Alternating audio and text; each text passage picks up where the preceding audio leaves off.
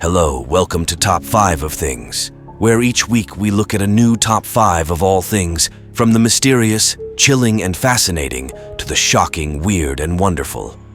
I'm TJ, your host. If you like what you see here today, be sure to smash the like button and hit subscribe. This week's Top 5: UK serial killers. Let's get into it. Number 5. Peter Sutcliffe. In the late 1970s, a sinister shadow loomed over the north of England. Peter Sutcliffe, known infamously as the Yorkshire Ripper, instilled terror and panic with a ruthless murder spree, targeting women and evading capture with an eerie ease that chilled the nation. Sutcliffe's reign of terror lasted 5 harrowing years. He claimed the lives of 13 women and attempted to murder 7 others, his brutality escalating with each attack. Armed with weapons like a hammer and a screwdriver, Sutcliffe's savagery knew no bounds. He lurked in the darkness, preying on women and leaving communities paralyzed with fear. The police, engulfed in one of the largest manhunts in British history, were taunted by the Ripper's elusive nature. The public's terror was compounded by a series of letters and an audio tape believed to be from the killer, mocking the police's failed attempts to catch him. It might be the end of a 5-year-long multi-million-dollar manhunt for the Yorkshire Ripper, or it might be another false alarm. But the chief constable in charge of the case says he is delighted with developments at this stage, saying the investigation for the killer of 13 women in northern England is being scaled down. Apparently, down to 1 man arrested in Sheffield, England, Friday night for allegedly stealing license plates. Yorkshire authorities are not explaining how they've linked an accused small-time thief with a string of murders which have terrified half the country.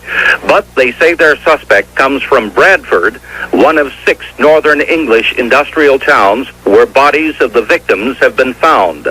Over the years, a man calling himself the Ripper has tried to undermine public confidence in the police by mailing investigators derogatory letters and, on one occasion, sending them a tape recording.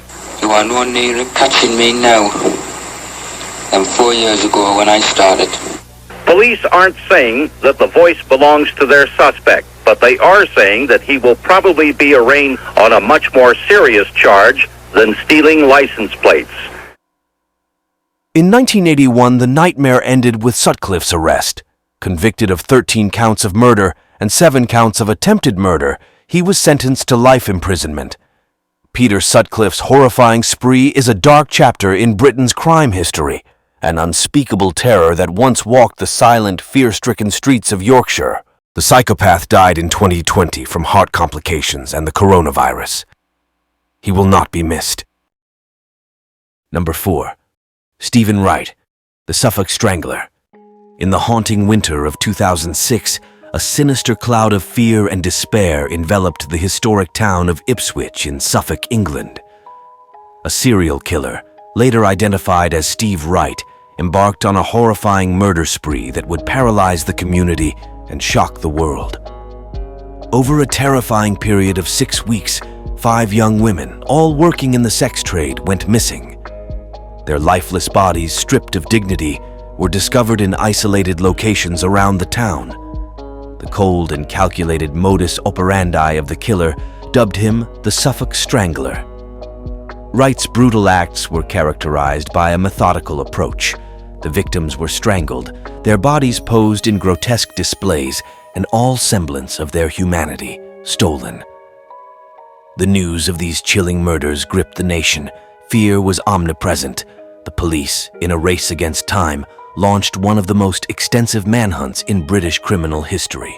It culminated in the arrest of Steve Wright, a seemingly ordinary man living in the heart of Ipswich. Wright was convicted for the murders of Tanya Nicole, Gemma Adams, Annalee Alderton, Paula Clennell, and Annette Nichols in 2008. He was sentenced to life imprisonment, sealing him away from the society he'd terrorized. the grotesque legacy of the Suffolk Strangler serves as a macabre chapter in the annals of British crime, a stark reminder of the silent, sinister predators that can lurk in the most ordinary places. Number 3. Anthony Hardy, the Camden Ripper. Amidst the vibrant yet complex landscape of London, a dark predator moved in silence. Anthony Hardy, dubbed as the Camden Ripper, unleashed a reign of terror that defied human comprehension, turning the eclectic streets of Camden into a haunting graveyard of unspeakable horrors. Hardy's macabre acts began unfolding in the early 2000s. The remains of his victims, all vulnerable women, were discovered dismembered, their bodies disposed of with grotesque indifference. Each crime scene was a horrific tableau of brutality, exposing the sinister depths of Hardy's disturbed mind. He photographed his victims in death, a chilling testament to his sadistic gratification. Haunted by mental illness and harboring a deep-seated hatred for women, Hardy exploited his victims' vulnerabilities. He was a wolf in sheep's clothing, his unsuspecting neighbors oblivious to the malevolence that lurked within. The discovery of body parts concealed in bin bags marked the unraveling of Hardy's sinister secrets. In 2003, Hardy was arrested and later convicted for the murders of Elizabeth Valade, Bridget McLennan, and Sally White. His lifetime incarceration offers scant solace in the aftermath of devastation wrought. The Camden Ripper's cruel legacy lives on, a grim narrative of a man who turned the iconic pathways of Camden into corridors of death. Number 2. Fred and Rosemary West. Good evening. Midlands Today tonight comes from Gloucester. Behind me, 25 Cromwell Street, the home of Frederick and Rosemary West. It was here that 9 bodies were found dismembered and buried. Over the last 30 days, some of the most shocking evidence ever to be heard in a British court has detailed how those and other murders were carried out. But why so many died before the police and social services realised what was happening has still to be answered.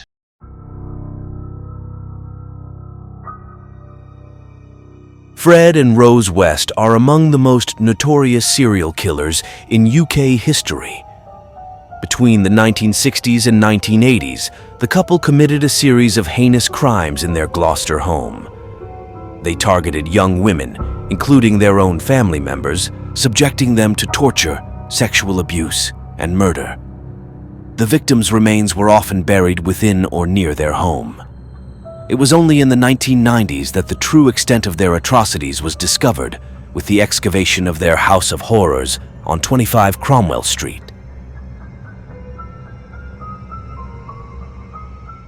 Its surface is marked with chalk, a map for discovering the secrets that might lie beneath this cellar floor. Filmed yesterday, shortly before police began their excavation work, to find out if this is the final resting place of a 15-year-old girl. In 1968, Mary Bastome worked in the cafe above. She was wearing a blue coat when she disappeared. It was the discovery of what appears to be a piece of blue material in a void under the floor that has led detectives to begin their search in a room that was once worked on by the serial killer Fred West. The video was filmed by the ITV documentary team that made that discovery. The police have since found 6 hidden holes under the cellar, which they've now spent a second day excavating. In total, they were charged with 12 murders, but the true number might be higher. Fred took his own life in prison in 1995 before his trial could begin. Rose West was found guilty on 10 counts of murder in 1995 and was sentenced to life imprisonment without the possibility of parole. It's true that Fred and Rose West were the devil personified. May their victims rest in peace.